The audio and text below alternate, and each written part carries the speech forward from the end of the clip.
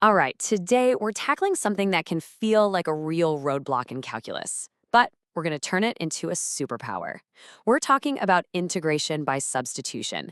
Think of it as the master key that can unlock integrals that look, well, impossible. It's going to let you turn these crazy problems into something you can solve in just a couple of moves. So let's jump right in.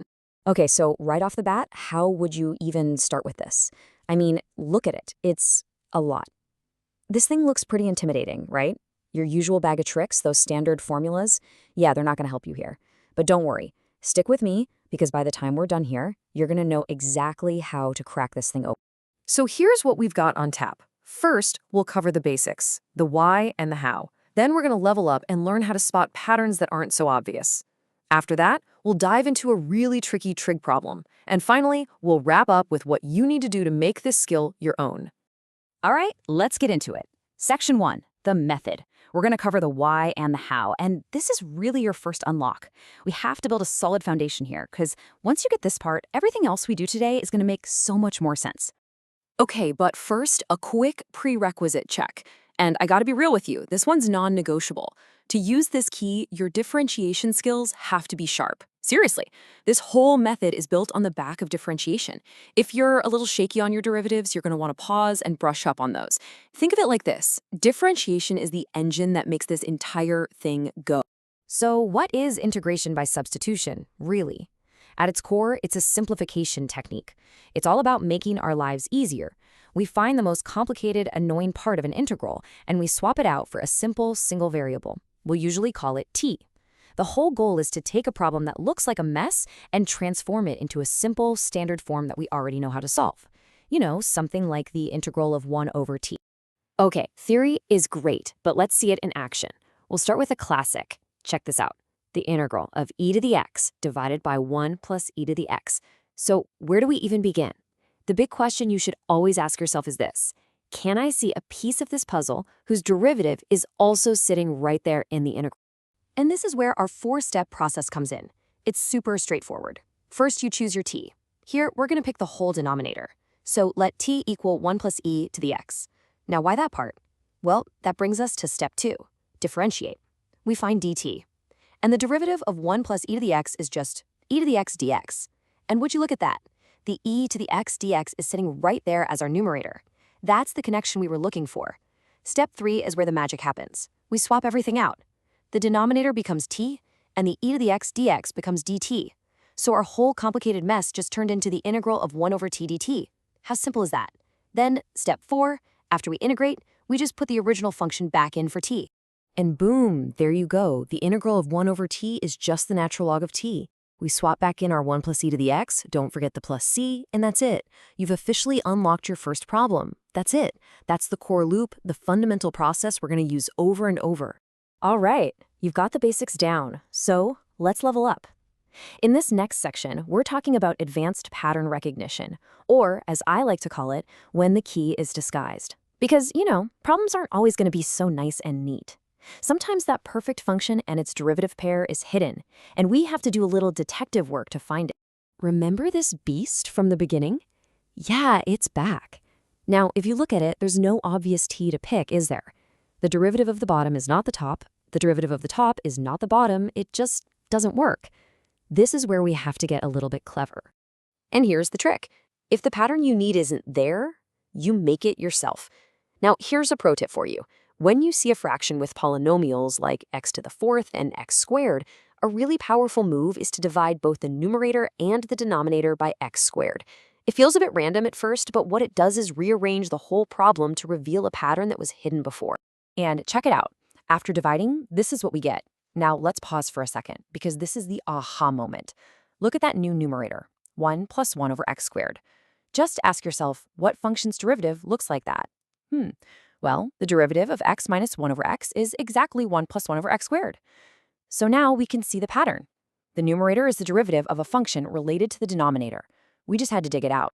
Okay, let's try another one. Challenge number 2. We've got x times arctan of x squared, all divided by 1 plus x to the 4th. Wow. Okay, this one looks even worse, right? So same question as always, what's the right choice for t here? Well, a good rule of thumb is, when in doubt, try substituting the most complicated-looking part of the whole thing. So what if we suppose t is that tan inverse of x squared? Let's check its derivative. Well, using the chain rule, its differential becomes, well, it becomes a fraction with 1 plus x to the fourth on the bottom and a 2x on the top. And that is our key. Look, the x and the 1 plus x to the fourth are already part of the problem. We found it! Okay, so we've learned how to find a hidden key. But what happens when the problem is so messed up you can't even find the keyhole? For this last big challenge, we're not just finding a disguised key, we're literally changing the lock itself. So here's the problem, the integral of 1 over 1 plus tangent of x. Just looking at it, substitution seems totally impossible here. There's no obvious function in derivative pair, nothing. It's a dead end. So what do we do? Well, the first move with messy trig functions is almost always the same. Turn everything into sines and cosines. We know tan of x is just sine of x over cosine of x. So if we rewrite it and then simplify that fraction, the before mess turns into the much cleaner after version you see here. Cosine of x over cosine of x plus sine of x. Already looks better, right? Okay, now for the really clever move. This is one of those wow moments in math. We're going to multiply and divide the whole thing by 2. Now, why on earth would we do that? Because it lets us do something really creative with the numerator. We can take that 2 cos of x and split it into 2 parts. One part that matches the denominator, cos of x plus sine of x, and another part, cos of x minus sine of x. Yeah, it looks more complicated for a second, but trust me, this is the move that breaks the whole problem open. Because now, we can split our single ugly fraction into 2 separate, much nicer integrals. The first part is just the denominator over itself, which is just 1.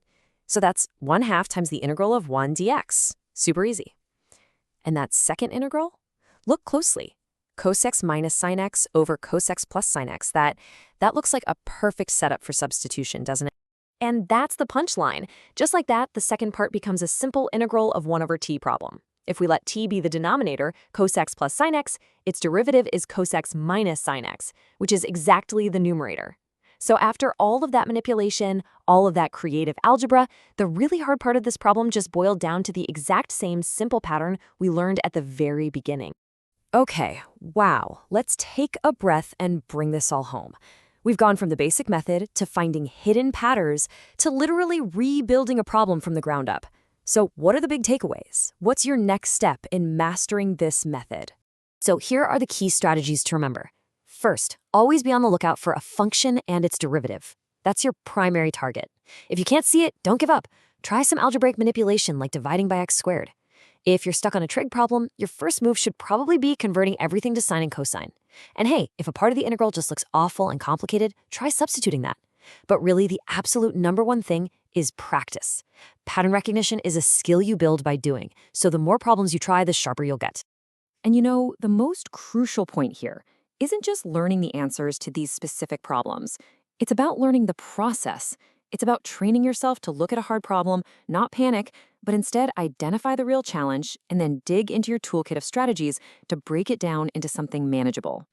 So, you now have this incredibly powerful key in your hands. You've seen how it works, how it can open locks that look completely sealed shut.